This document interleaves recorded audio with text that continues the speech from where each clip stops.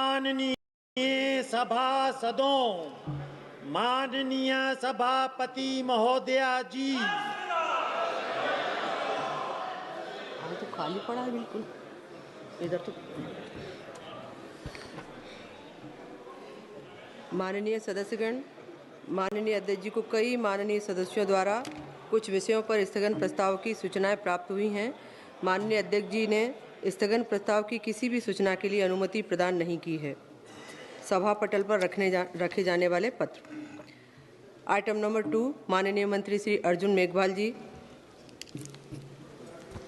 माननीय सभापति जी, मैं लोकसभा की संशोधित कार्य सूची के क्रम संख्या 2 पर अंकित दस्तावेज जो हमारे वरिष्ठ साथी श्री गजेंद्र सिंह शेखावत जी के नाम के आगे अंकित है, जो मिनिस्ट्री संस्कृति मंत्रालय से संबंधित है, आपकी अनुमति से सदन के पटल पर रखता हूँ। धन्यवाद। आइटम नंबर 3, माननीय मंत्री श्री जयंत चौधरी जी। Madam Chairperson, with your kind permission, I rise to lay at the table of the House papers mentioned against my name at serial number 3 of today's revised list of business. Item number 4, माननीय मंत्री श्री अर्जुन मेघवाल जी। माननीय सभापति जी, मैं आपकी अनुमति से मेरे सहयोगी श्री पंकज चौधरी जी की ओर से आज की कार्यसूची के क्रम संख्या 4 पर अंकित वर्णित वित्त मंत्रालय से संबंधित कागजात सदन के पटल पर रखता हूँ। धन्यवाद। आइटम नंबर 5, माननीय मंत्री Shri Kirtivardhan Singh ji. Respected Deputy Speaker ma'am, with your permission, I rise to lay on the table of the House the papers related to the Ministry of Environment, Forest and Climate Change as mentioned against my name at serial number 5 in today's list of business. Thank you. Item number 6, माननीय मंत्री श्री सुकांत मजूमदार जी। Chairperson Madam, with your kind permission, I rise to lay on the table of the House the papers mentioned against my name at serial number 6 in today's list of business. माननीय सदस्य, item number 7, माननीय सदस्य श्री अरुण गोविल जी। I wish to present the 8th report, Hindi and English versions of the Standing Committee on External Affairs, 18th Lok Sabha on the subject Evaluation of India's Indian Ocean Strategy as listed against my name as serial number 7 in the today's list of business. Item number 8, माननीय सदस्य Shri B Mehtab जी।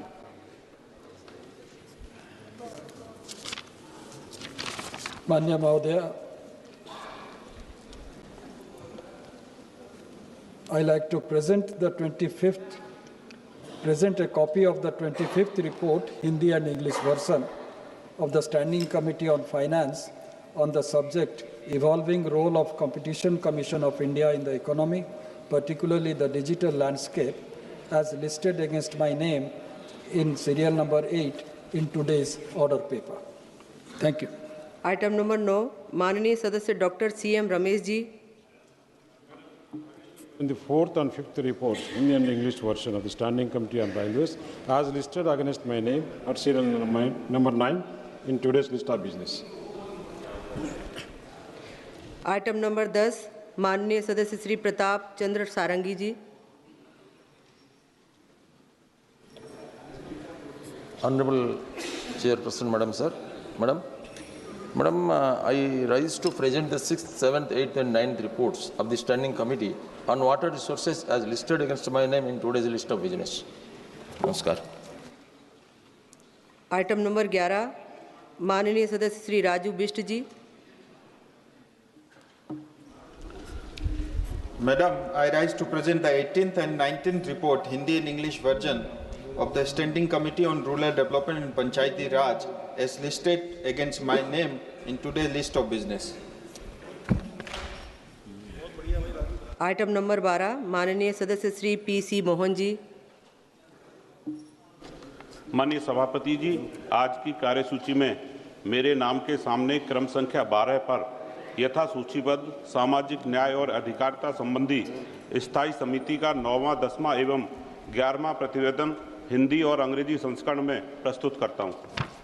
Item number 13, माननीय सदस्य doctor AB Akoijam, माननीय सदस्य श्री दर्शन सिंह चौधरी जी। Thank you, madam. Ma'am, with your kind permission, I rise to lay report number 362 in English and Hindi of the Standing Committee on Education, Women, Children, Youth and Sports on action taken by the government on the recommendations contained in the 356th report on implementation of the National Education Policy 2020 in higher education as listed against my name at serial number 13 in today's order paper. Thank you, Madam. Item number 14 माननीय मंत्री जी अर्जुन राम मेघवाल जी।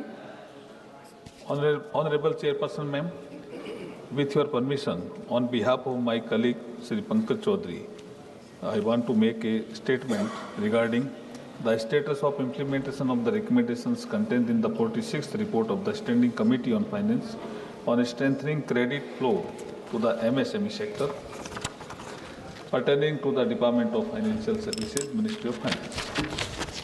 Second, the status of implementation of the recommendations contained in the 59th report of the Standing Committee on Finance on cyber security and rising incident of cyber/white collar crimes pertaining to the Department of Financial Services, Ministry of Finance.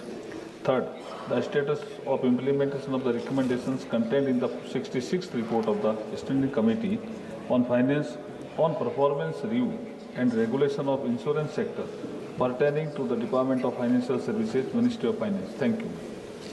Item number 15 माननीय मंत्री Shri Harsh Malhotra ji. Respected Madam, with your permission, I rise to make the following statements regarding the current status of implementation of the recommendations contained in the 3rd report and 10th report of the Standing Committee on Finance on demands for grants in respect of the Ministry of Corporate Affairs for the financial years 2024-25 and 2025-26 respectively are placed on the record of the House. Item number 15A माननीय वित्त मंत्री जी। Madam, with your permission, I rise to move for leave to introduce a bill to consolidate and amend the law related to income tax. प्रश्न यह है कि विधेयक को पुनर्स्थापित करने की अनुमति प्रदान की जाए। जो सदस्य इसके पक्ष में वो हाँ कहें, जो सदस्य इसके विरोध में है वो ना कहें। मेरे विचार में निर्णय हाँ वालों के पक्ष में हुआ, हाँ वालों के पक्ष में हुआ। माननीय मंत्री जी विधेयक को पुनर्स्थापित करें। Madam, I introduce the bill. Item number 15B माननीय वित्त मंत्री जी। Madam, with your permission, I rise to move for leave to introduce a bill further to amend the Income Tax Act 1961 and to amend the Finance Act 2025. प्रश्न यह है कि विधेयक को पुनर्स्थापित करने की अनुमति प्रदान की जाए। जो सदस्य इसके पक्ष में वो हाँ कहें, जो सदस्य इसके विरोध में है वे ना कहें। मेरे विचार में निर्णय हाँ वालों के पक्ष में हुआ, हाँ वालों के पक्ष में हुआ। माननीय मंत्री जी विधेयक को पुनर्स्थापित करें। Ma'am, I introduce the bill. Item number 15C माननीय मंत्री श्री जी Kishan Reddy ji. Honorable Panel Speaker, Madam, with your permission, I rise to move for leave to introduce a bill further to amend the Mines and Minerals Development and Regulation Act 1957. प्रश्न यह है कि विधेयक को पुनर्स्थापित करने की अनुमति प्रदान की जाए। जो सदस्य इसके पक्ष में वो हाँ कहें, जो सदस्य इसके विरोध में है वे ना कहें। मेरे विचार में निर्णय हाँ वालों के पक्ष में हुआ, हाँ वालों के पक्ष में हुआ। माननीय मंत्री जी विधेयक को प्रस्तावित करें। I will introduce the bill, Madam.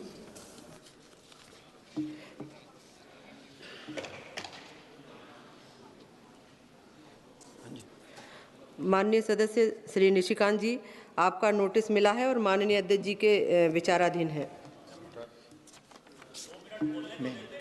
नियम 377 के अधीन मामले सभा पटल पर रखने के लिए अध्यक्ष द्वारा की जाने वाली घोषणा। माननीय सदस्यगण, जिन्हें आज नियम 377 के अधीन मामले उठाने की अनुमति दी गई है, वे व्यक्तिगत रूप से 20 मिनट के भीतर मामले को अनुमोदित पाठ सभा पटल पर प्रस्तुत कर सकते हैं।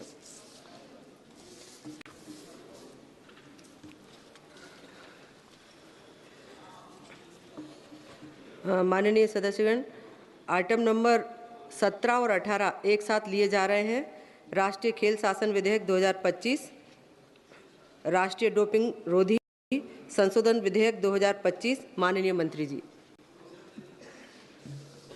स्पीकर सर, आज एक महत्वपूर्ण bill national sports governance bill और उसके साथ national anti doping amendment bill पर मैं विषय रखना चाहूँगा। स्पीकर सर, स्पोर्ट्स बिल एक महत्वपूर्ण बिल है और मोदी जी ने स्पोर्ट्स सेक्टर में जो रिफॉर्म करा है, ये रिफॉर्म के सीक्वेंस का एक पार्ट है। वैसे भी स्पोर्ट्स हमारे देश के लिए कोई नया विषय नहीं है। स्पोर्ट्स इस देश में सदियों से प्रचलित है और आज देश में 65% पॉपुलेशन बिलो 35 है। आज यूथ हमारी एक स्ट्रेंथ है, यूथ हमारी शक्ति है। ये यूथ स्पोर्ट्स सेक्टर में बेस्ट परफॉर्मेंस करे, यूथ अपने स्पोर्ट्स के स्किल के आधार पर देश में और इंटरनेशनल लेवल पर मेडल अर्जित करे, देश का और तिरंगा का गौरव बढ़ाए, एक क्षमता हमारे देश के युवाओं में है।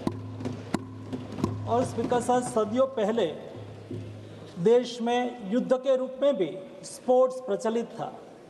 हमारे देश में गदा युद्ध, मल्ल युद्ध, आर्चरी यानी कि धनुर्विद्या, ये सब विषय में हमारी पारंगतता थी, लेकिन बाद में धीरे धीरे उपेक्षित होता रहा। आज़ादी के बाद स्पोर्ट्स सेक्टर पर जितना ध्यान देना चाहिए इतना ध्यान नहीं दिया गया और इतना बड़ा देश ओलंपिक्स गेम्स में या तो इंटरनेशनल प्लेटफॉर्म पर, इंटरनेशनल टूर्नामेंट में हम अच्छा परफॉर्मेंस नहीं कर पाए। स्पीकर सर, मुझे बताते हुए खुशी हो रही है कि प्रधानमंत्री मोदी जी ने 2014 से स्पोर्ट्स सेक्टर में रिफॉर्म चालू करा, बदलाव चालू करा और ये बदलाव की सीक्वेंस का एक part means sports governance bill है। प्रधानमंत्री जी ने देश में स्पोर्ट्स के लिए एक इकोसिस्टम तैयार हो, उसके लिए खेलो इंडिया की मूवमेंट चालू करी, फिट इंडिया की मूवमेंट चालू करी।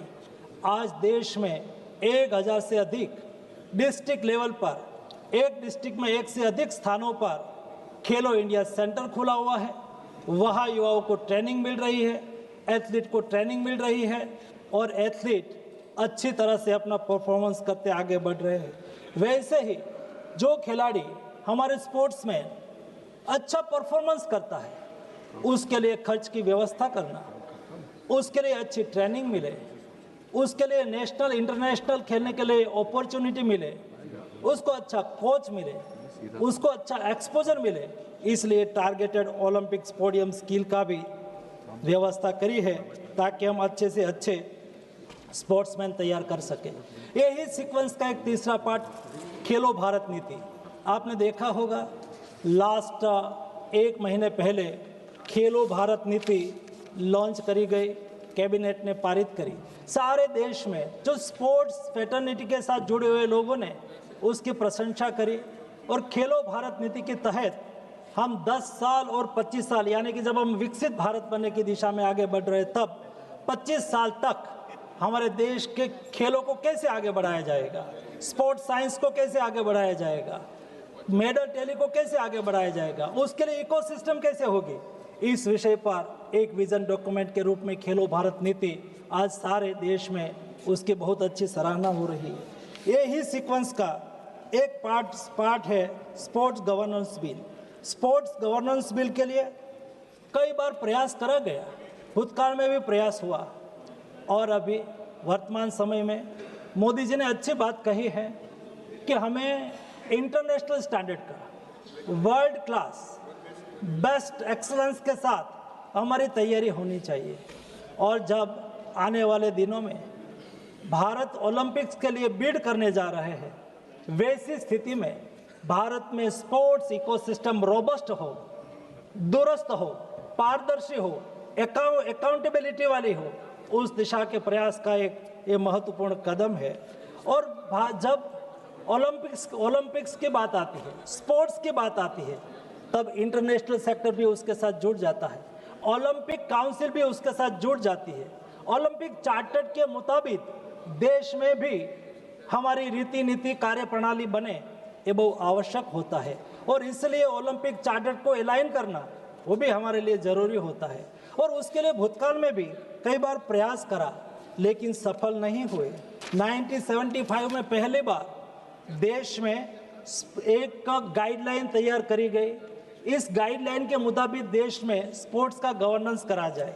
1985 में पहली बार स्पोर्ट्स के बिल के लिए ड्राफ्ट तैयार करा गया था, लेकिन ये देश में स्पोर्ट्स को भी पॉलिटिक्स का क्षेत्र चुन लिया है, वो पॉलिटिक्स का हिस्सा बनता गया।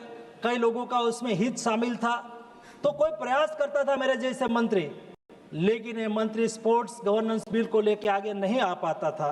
1985 में पहला ड्राफ्ट तैयार हुआ। 2011 में एक स्पोर्ट्स कोड बनाया गया, बिल तो नहीं आया लेकिन एक स्पोर्ट्स कोड बनाया गया।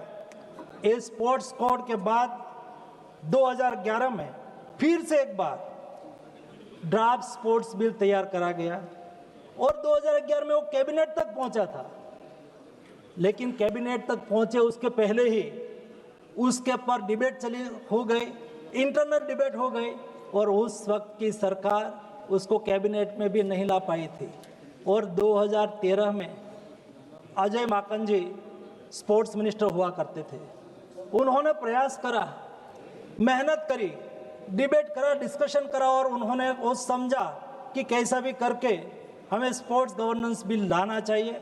स्पोर्ट्स के लिए, स्पोर्ट्स पर्सन के हित में, स्पोर्ट्स फेडरेशन के हित में और गवर्नमेंट एक अच्छी तरह से गवर्नमेंट, फेडरेशन, एथलीट सब साथ में मिलके देश में एक स्पोर्ट्स की इकोसिस्टम को तैयार कर सके, उस उद्देश्य के साथ उन्होंने प्रयास करा। कैबिनेट तक आया, कैबिनेट में डिस्कशन हुआ, लेकिन डिस्कशन होने के बाद वहां से डिफर हो गया, वो पार्लियामेंट तक नहीं पहुंच पाया था। स्पीकर सर, मुझे बताते हुए खुशी हो रही है, वर्तमान समय में मोदी गवर्नमेंट है। मोदी जी की इच्छा शक्ति के आधार पर मोदी जी ने तय करा कि रिफॉर्म सीक्वेंस में आना चाहिए। अभी स्पोर्ट्स गवर्नेंस बिल के बाद 10 साल का देश का स्पोर्ट्स का विजन और 2047, 10 साल में हमें दुनिया में 10वें क्रम तक पहुंचना है स्पोर्ट्स सेक्टर में। आने वाले 25 साल यानी कि जब देश आज़ादी का शताब्दी दिवस मनाता हो, तब हम दुनिया में 1 से 5वें क्रम में होना है और ये लक्ष्य को हासिल करने के लिए इस सीक्वेंस रिफॉर्म के पार्ट के रूप में ये बिल आज आपके सामने लाया गया है। वर्तमान समय में जो स्थिति पैदा हुई है, आज छोटे छोटे विषय के लिए गुड गवर्नेंस का प्रयास कोई करता है, कोर्ट मैटर हो जाती है। देश में 350 से अधिक मामला कोर्ट में पड़ा हुआ है।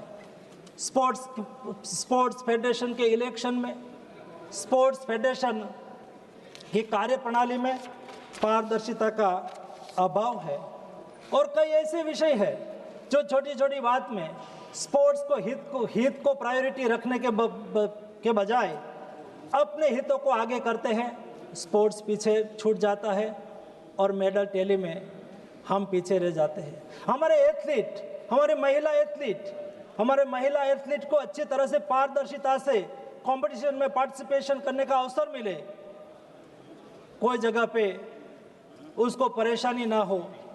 हमारी महिला को फेडरेशन में भी प्रतिनिधित्व मिले, ताकि कोई फेडरेशन में एथलीट महिला को कोई दिक्कत हुई हो तो उसकी सुनवाई करने वाली भी हमारे यही फेडरेशन की एथिक कमेटी में बैठने वाली हमारी महिला हो।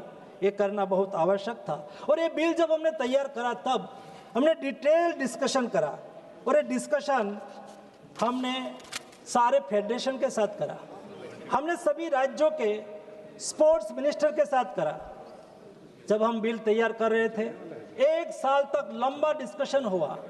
हमने एथलीट के साथ बैठ के उसके ऊपर डिस्कस करा। हमने देश के कोच, जो रिनाउंड कोच है, उसके साथ मीटिंग करी, उसके साथ भी डिस्कशन करा। और इंटरनेशनल ओलंपिक्स काउंसिल यानी कि ओलंपिक्स काउंसिल के साथ अलाइन, उसके चार्टर को फॉलो करना था, तो उसके साथ भी हमने डिस्कशन करा। इंटरनेशनल फेडरेशन, उसके साथ भी हमने डिस्कशन करा। और अंत में मैंने 3-3.5 घंटे तक हाई कोर्ट और सुप्रीम कोर्ट में स्पोर्ट्स प्रैक्टिस करने वाले लॉयर के साथ भी डिस्कशन और डिबेट करी और उनके बाद ये बिल को पब्लिक कंसल्टेशन के लिए भी रखा गया। 600 से अधिक पब्लिक कंसल्टेशन के दरमियान कमेंट आई।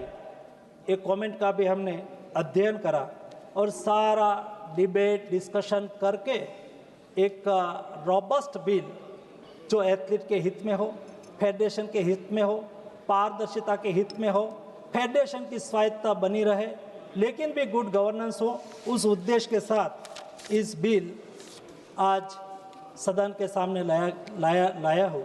उसके अलावा आज नेशनल एंटी डोपिंग बिल, ये भी देश में हम एक अच्छी एक स्पोर्ट्स कंट्री के रूप में जब आगे बढ़ रहे हैं तब इंटरनेशनल यानी कि वर्ल्ड डोपिंग एजेंसी, उसको हम सिग्नेटरी होने के नाते उसके साथ अलाइन करना ये आवश्यक होता है। समय बदलता है, परिस्थिति बदलती है, विषय बदलता है। समय, परिस्थिति और विषयों के साथ जब वर्ल्ड डोपिंग एजेंसी नए नए नियम बनाती है उसको अलाइन करना आवश्यक होता है। अलाइन करने के लिए हम नेशनल एंटी डोपिंग बिल में अमेंडमेंट भी लेके आए हैं। दोनों बिल पर सदन विचार करे और उसको पारित करे, यही अपेक्षा है। स्पीकर महोदय, मैं आपसे अपेक्षा करूंगा कि आप सम्मानित सदस्यों के सामने विषय रखें। माननीय सदस्य श्री केसी नैनी शिवानाथ जी।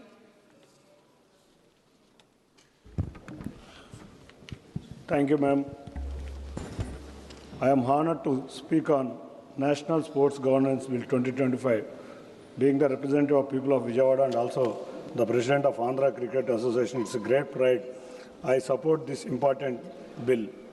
This landmark legislation under the visionary leadership of our Prime Minister, Sri Narendra Modi ji, and dedicated efforts of our Honorable Youth and Sports Affairs Minister, Sri Manshukh Mandaviya ji, will help India to move towards the becoming a true sports nation.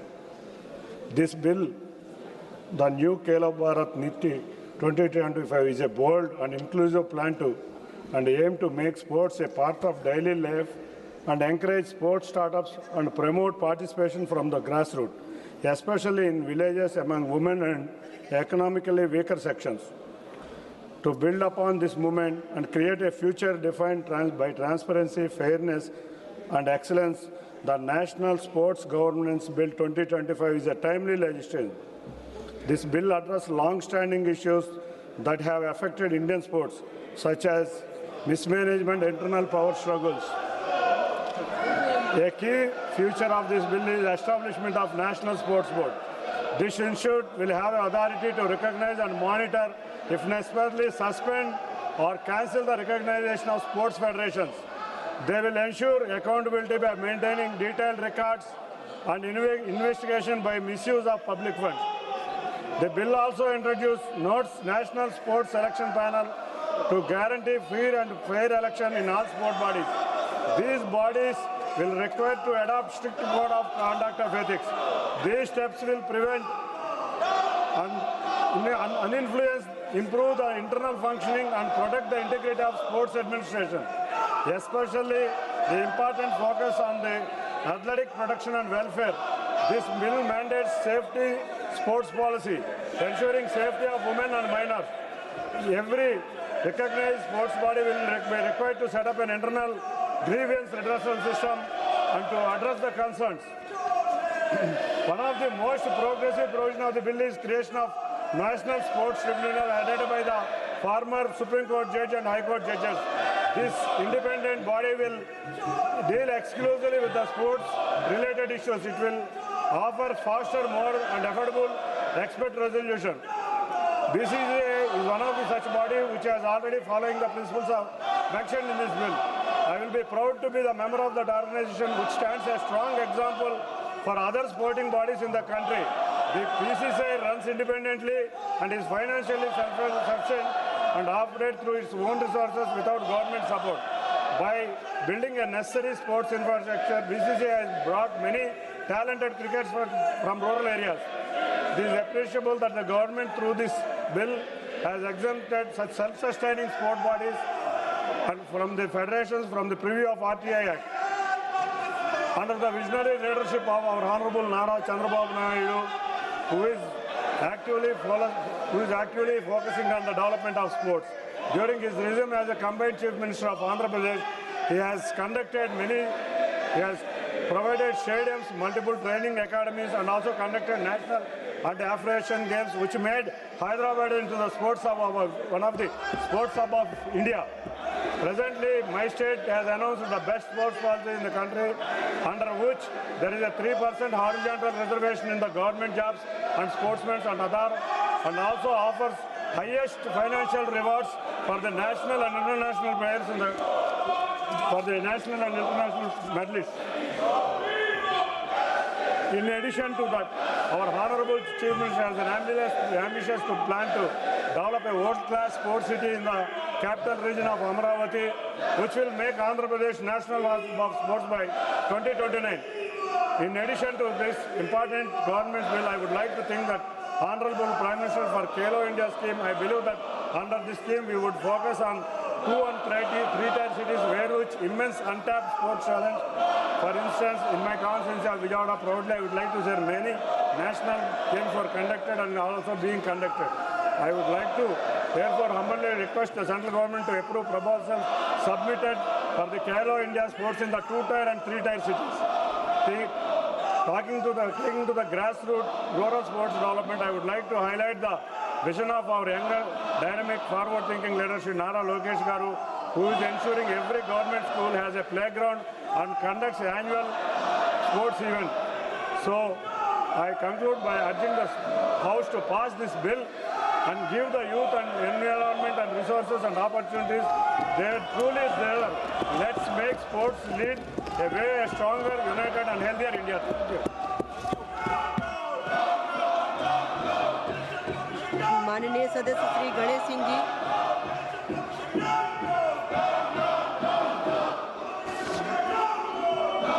धन्यवाद सभापति महोदया।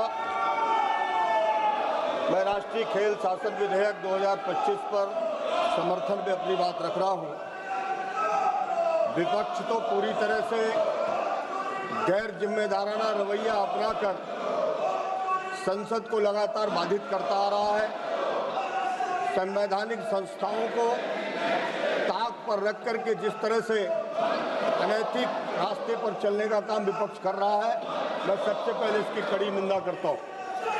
अध्यक्ष महोदय, मैं राष्ट्रीय खेल शासन विधेयक 2025 के समर्थन में अपने विचार व्यक्त कर रहा हूं। सबसे पहले मैं देश के विजनरी प्रधानमंत्री आदरणीय श्री नरेंद्र मोदी जी का विशेष आभारी हूं, जो उन्होंने 2014 से लेकर अब तक जिस तरह से उन्होंने दुनिया में भारत के खिलाड़ी आगे बढ़ सके, इसके लिए उन्होंने नई खेल नीति के तहत खेलो इंडिया खेलो, फिट इंडिया फिट का जो संकल्प युवाओं को दिया है, आज उसी का परिणाम है यह ऐतिहासिक क्षण जिसकी चर्चा आज सदन में हो रही है। इस विधेयक के अधीन सभी खेल निकायों को एक कानून के दायरे में लाया जा रहा है, जिससे खेल निकायों में व्याप्त अराजकता, जवाबदेही की कमी और प्रशासक असमानता को दूर कर एक सशक्त, पारदर्शी और खिलाड़ियों के अनुकूल तंत्र स्थापित किया जा सके।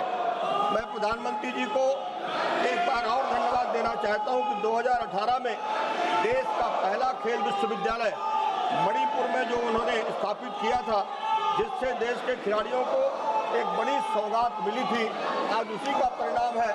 ओलंपिक नाम के हमारे बहुत सारे खिलाड़ी विश्व में अपने खेल का बेहतर प्रदर्शन कर रहे हैं।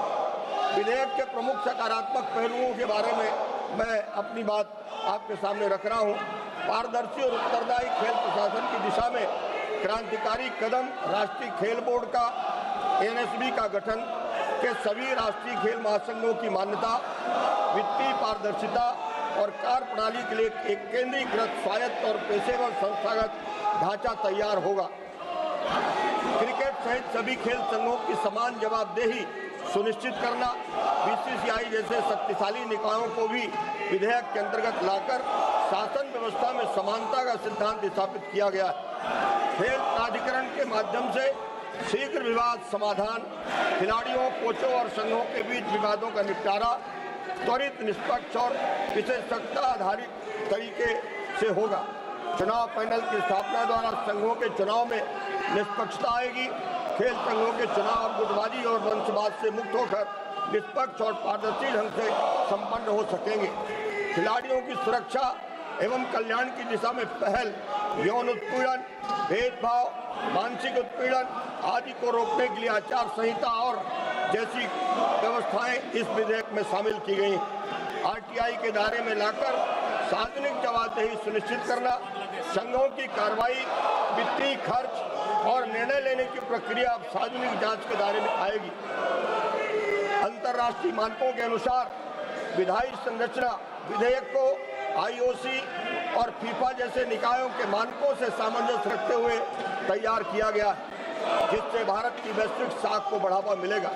भारतीय खेल प्रणाली में संस्थागत सुधार, पारदर्शिता, जवाबदेही और प्रशासन की दिशा में एक ऐतिहासिक और युगांतकारी पहल है। यह विधेयक भारत को वैश्विक खेल मंच पर एक नैतिक, सक्षम और सशक्त नेतृत्व देने की नींव रखेगा।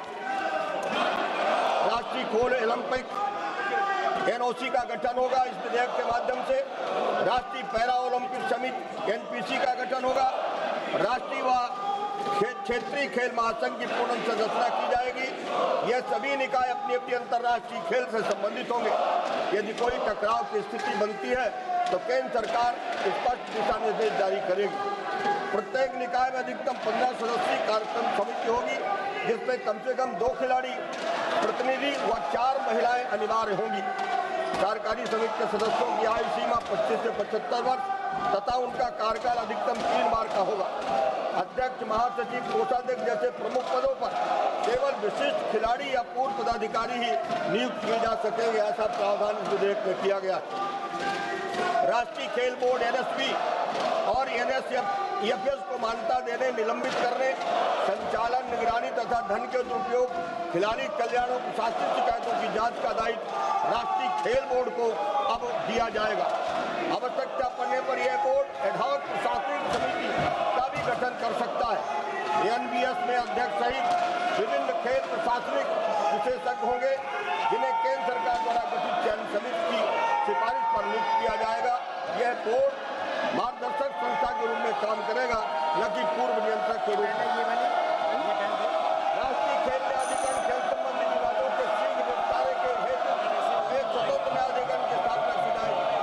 इसकी अध्यक्षता सुप्रीम कोर्ट या हाई कोर्ट के पूर्व न्यायाधीश द्वारा की जाएगी। अन्य सदस्य खेल कानून शासन के विशेषज्ञ होंगे। चयन समिति में राष्ट्रीय कोर्ट के मुख्य न्यायाधीश, विधि सचिव और खेल सचिव शामिल होंगे। यह न्यायाधिकरण निम्नलिखित विवादों की सुनवाई करेगा: चुनाव व चयन संबंधी विवाद, एनएसएफएस की आंतरिक प्रशासनिक समस्याएं, डोपिंग, अंतर्राष्ट्रीय खेल आयोजनों में आईओसी विवाद, इससे अधिकार क्षेत्र से बाहर रहेंगे। न्यायाधिकरण के दायरे वाले मामलों में सुप्रीम कोर्ट का अधिकार नहीं होगा। अंतिम अपील सुप्रीम कोर्ट या अंतर्राष्ट्रीय निकायों जैसे स्विट्जरलैंड में है, ऐसी व्यवस्था की जाएगी। बीसीसीआई को अब एनएसपी को मान्यता लेनी होगी और आरटीआई कानून के तहत लाया जाएगा। इसके सभी प्रशासनिक व चयन संबंधी विवाद एनएसटी को लाया गया। लोढ़ा समिति की कुछ सिफारिशें जैसे कार्यकाल, इनको भी शामिल किया गया है। माननीय सभापति महोदय, मैं माननीय मंत्री जी का ध्यान अपने लोकसभा क्षेत्र के 2011 से मैंने सांसद खेल ट्रॉफी का आयोजन किया था, जिसके माध्यम से माननीय नरेंद्र मोदी जी ने पूरे देश के सभी सांसदों को ये जिम्मेवारी सौंपी है। मैंने अपने लोकसभा क्षेत्र में स्मार्ट सिटी प्रोजेक्ट से विश्व स्तरीय स्पोर्ट्स कॉम्प्लेक्स बनाया, स्टेडियम बनाए, खेल स्टेडियम बनाए। बड़ी संख्या में खिलाड़ी खेलने आते हैं, लेकिन कोई प्रशिक्षण की व्यवस्था नहीं है। मैं माननीय मंत्री जी से चाहूंगा कि एक कोई राष्ट्रीय प्रशिक्षण केंद्र सतना में हमारे लोकसभा क्षेत्र में खोला जाए। मैं इस बिल का पुरजोर समर्थन करता हूँ। बहुत बहुत धन्यवाद। माननीय मंत्री जी।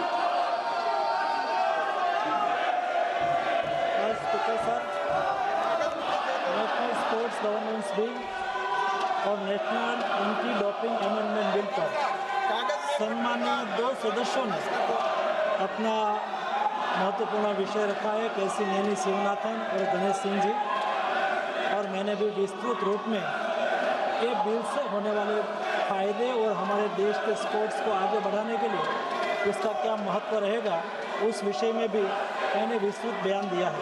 और स्पीकर साहब, ये bill single biggest reform in sports since independence होगा।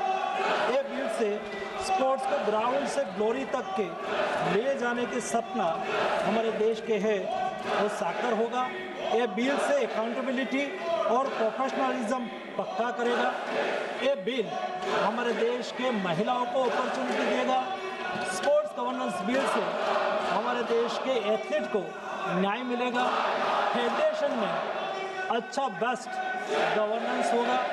हमारे देश के स्पोर्ट्स इकोसिस्टम में ये बिल बहुत महत्वपूर्ण और मायना रखेगा। वैसे ही स्पीकर साहब, एंटी डोपिंग बिल भी इतना ही महत्वपूर्ण बिल है। एंटी डोपिंग अमेंडमेंट बिल में जो वर्ल्ड डोपिंग एजेंसी है, उन्होंने 2-3 रिफॉर्म सजेस्ट करा है। ये रिफॉर्म के मुताबिक हमारे देश में डोपिंग कम हो और देश इंटरनेशनल स्टैंडर्ड की और इंटरनेशनल रूल्स रेगुलेशन के टाइप एंटी डोपिंग मूवमेंट को सपोर्ट करे और एक पारदर्शिता के साथ, स्वायत्ता के साथ नेशनल डोपिंग एजेंसी काम कर पाए। ये 2 विषय पर हमने अमेंडमेंट लाए हैं। ये दोनों अमेंडमेंट से हमारे देश में एक अच्छी एंटी डोपिंग मूवमेंट को बढ़ावा मिलेगा। देश अच्छा हमारे एथलीट में अवेयरनेस का काम कर पाएगा और नेशनल और इंटरनेशनल लेवल पर हमारे देश के एथलीट को अच्छी अपॉर्चुनिटी मिलेगी। स्पीकर साहब, मैं चाहता था कि इस बिल पर डिटेल डिस्कशन हो। बहुत महत्वपूर्ण बिल है। कांग्रेस के समय में कैबिनेट तक पहुंचा हुआ बिल है, लेकिन दुर्भाग्य है कि स्पोर्ट्स का इतना महत्वपूर्ण बिल आज़ादी के बाद स्पोर्ट्स सेक्टर में हो रहा है इतना महत्वपूर्ण रिफॉर्म में आज हमारे विपक्ष के साथी सहयोग नहीं कर रहे हैं, इसलिए मैं लंबा बयान नहीं देता हूँ। लेकिन मैं सम्मानित सभी सदस्यों को रिक्वेस्ट करता हूँ कि सर्वानुमति से दोनों बिल को पारित करा जाए। माननीय सदस्यगण, श्री N.K. प्रेमचंद्रन जी, श्री पुष्पेंद्र सरोज जी, श्री अमरा राम जी, श्री बेनी बहनन जी, श्री D.N. कोरियाकोस, इन सदस्यों ने संशोधन दिए हैं। क्या वे अपने अपने संशोधन प्रस्तुत करना चाहते हैं? नहीं, तो मैं माननीय मंत्री जी के संशोधन ही सभा के निर्णय के लिए लूंगी व खंडों को भी यथासंभव एक साथ ही सभा के निर्णय के लिए ले रही हूँ। प्रश्न यह है कि विधेयक पर विचार किया जाए। जो सदस्य इसके पक्ष में वो हाँ कहें, जो सदस्य इसके विरोध में वो ना कहें। मेरे विचार में निर्णय हाँ वालों के पक्ष में हुआ, हाँ वालों के पक्ष में हुआ। विधेयक पर विचार करने हेतु प्रस्ताव स्वीकृत किया गया। अब सभा विधेयक पर खंडवार चर्चा करेगी। प्रश्न यह है कि खंड 2 और 3 विधेयक का अंग बने। जो सदस्य इसके पक्ष में वो हाँ कहें, जो सदस्य इसके विरोध में वो ना कहें। मेरे विचार में निर्णय हाँ वालों के पक्ष में हुआ, हाँ वालों के पक्ष में हुआ। खंड 2 और 3 विधेयक का अंग बना। माननीय मंत्री जी, संशोधन संख्या 24 से 29। I move the amendment. प्रश्न है कि माननीय मंत्री जी द्वारा प्रस्तुत संशोधन संख्या 24 से 29 को स्वीकृत किया जाए। जो सदस्य इसके पक्ष में वो हाँ कहें, जो सदस्य इसके विरोध में वो ना कहें। मेरे विचार में निर्णय हाँ वालों के पक्ष में हुआ, हाँ वालों के पक्ष में हुआ। संशोधन स्वीकृत हुए। प्रश्न है कि खंड 4 यथा संशोधित विधेयक का अंग बने। जो सदस्य इसके पक्ष में वो हाँ कहें, जो सदस्य विरोध में वो ना कहें। मेरे विचार में निर्णय हाँ वालों के पक्ष में हुआ, हाँ वालों के पक्ष में हुआ। खंड 4 यथा संशोधित विधेयक का अंग बना। प्रश्न यह है कि खंड 5 से 7 विधेयक का अंग बने। जो सदस्य इसके पक्ष में वो हाँ कहे, जो सदस्य इसके विरोध में वो ना कहे। मेरे विचार में निर्णय हाँ वालों के पक्ष में हुआ, हाँ वालों के पक्ष में हुआ। खंड 5 से 7 विधेयक का अंग बना। माननीय मंत्री जी, संशोधन संख्या 30 और 31। प्रश्न यह है कि माननीय मंत्री जी द्वारा प्रस्तुत संशोधन संख्या 30 और 31 को स्वीकृत किया जाए। जो सदस्य इसके पक्ष में वो हाँ कहें, जो सदस्य इसके विरोध में वे ना कहें। मेरे विचार में निर्णय हाँ वालों के पक्ष में हुआ, हाँ वालों के पक्ष में हुआ। संशोधन स्वीकृत हुआ। प्रश्न यह है कि खंड 8 यथा संशोधित विधेयक का अंग बने। जो सदस्य इसके पक्ष में वे हाँ कहें, जो सदस्य इसके इसके विरोध में वो ना कहें। मेरे विचार में निर्णय हाँ वालों के पक्ष में हुआ, हाँ वालों के पक्ष में हुआ। खंड 8 यथा संशोधित विधेयक का अंग बना। प्रश्न है कि खंड 9 से 13 विधेयक का अंग बने। जो सदस्य इसके पक्ष में वो हाँ कहे, जो सदस्य विरोध में है वे ना कहे। मेरे विचार में निर्णय हाँ वालों के पक्ष में हुआ, हाँ वालों के पक्ष में हुआ। खंड 9 से 13 विधेयक का अंग बना। माननीय मंत्री जी, संशोधन संख्या 32 से 33। I move the amendment. प्रश्न है कि माननीय मंत्री जी द्वारा प्रस्तुत संशोधन संख्या 32 और 33 को स्वीकृत किया जाए। जो सदस्य इसके पक्ष में वो हाँ कहें, जो सदस्य इसके विरोध में है वे ना कहें। मेरे विचार में निर्णय हाँ वालों के पक्ष में हुआ, हाँ वालों के पक्ष में हुआ।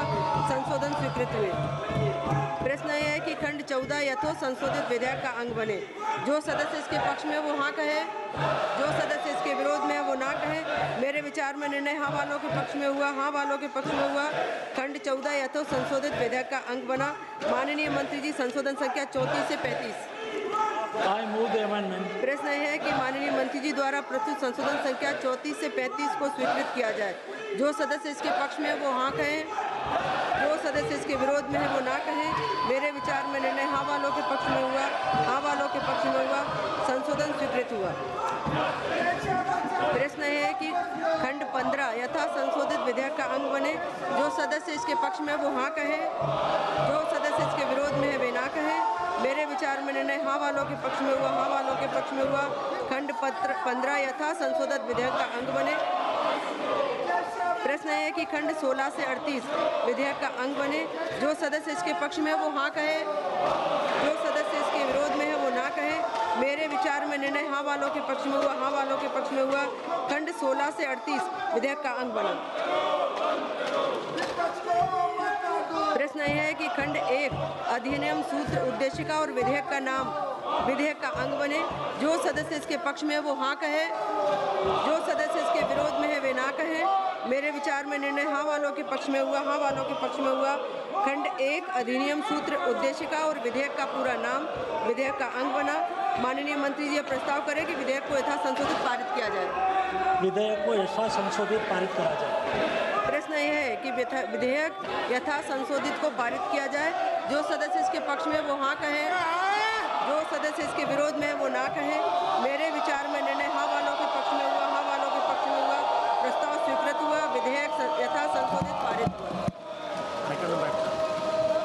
आइटम नंबर 18 माननीय सदस्य श्री एन के प्रेमचंद्र जी, डीन कुरियाकोस जी, बेनी बहनन जी, सदस्य के राधाकृष्णन जी। माननीय सदस्य अपना संशोधन प्रस्तुत करना चाहते हैं या नहीं, तो मैं सभी खंडों को सभा के निर्णय के लिए एक साथ ले रही हूँ। प्रश्न है कि विधेयक पर विचार किया जाए। जो सदस्य इसके पक्ष में वो हाँ कहे, जो सदस्य इसके विरोध में है वो ना कहे। मेरे विचार में निर्णय हाँ वालों के पक्ष में हुआ, हाँ वालों के पक्ष में हुआ। विधेयक पर विचार करने हेतु प्रस्ताव को स्वीकृत किया गया। अब सभा विधेयक पर खंडवार विचार करेगी। प्रश्न है कि खंड 2 से 22 विधेयक का अंग बने। जो सदस्य इसके पक्ष में वो हाँ कहे, जो सदस्य इसके विरोध में है वे ना कहें। मेरे विचार में निर्णय हाँ वालों के पक्ष में हुआ, हाँ वालों के पक्ष में हुआ। खंड 2 से 22 विधेयक का अंग बना। खंड 1 अधिनियम सूत्र और विधेयक का पूरा नाम। प्रश्न यह है कि खंड 1 अधिनियम सूत्र और विधेयक का पूरा नाम विधेयक का अंग बने। जो सदस्य इसके पक्ष में वो हाँ कहे, जो सदस्य इसके विरोध में है वे ना कहें। मेरे विचार में निर्णय हाँ वालों के पक्ष में हुआ, हाँ वालों के पक्ष में हुआ। खंड 1 विधेयक अधिनियम सूत्र और विधेयक का पूरा नाम विधेयक का अंग बना। माननीय मंत्री जी प्रस्ताव करें विधेयक को पारित किया जाए। स्पीकर सर, विधेयक को पारित करा जाए। प्रश्न है कि विधेयक को पारित किया जाए। जो सदस्य इसके पक्ष में वो हाँ कहे, जो सदस्य विरोध में है वो ना कहे। मेरे विचार में निर्णय हाँ वालों के पक्ष में हुआ, हाँ वालों के पक्ष में हुआ। प्रस्ताव स्वीकृत हुआ। विधेयक पारित हुआ। सभा की कार्यवाही 4 बजे तक के लिए स्थगित की जाती है।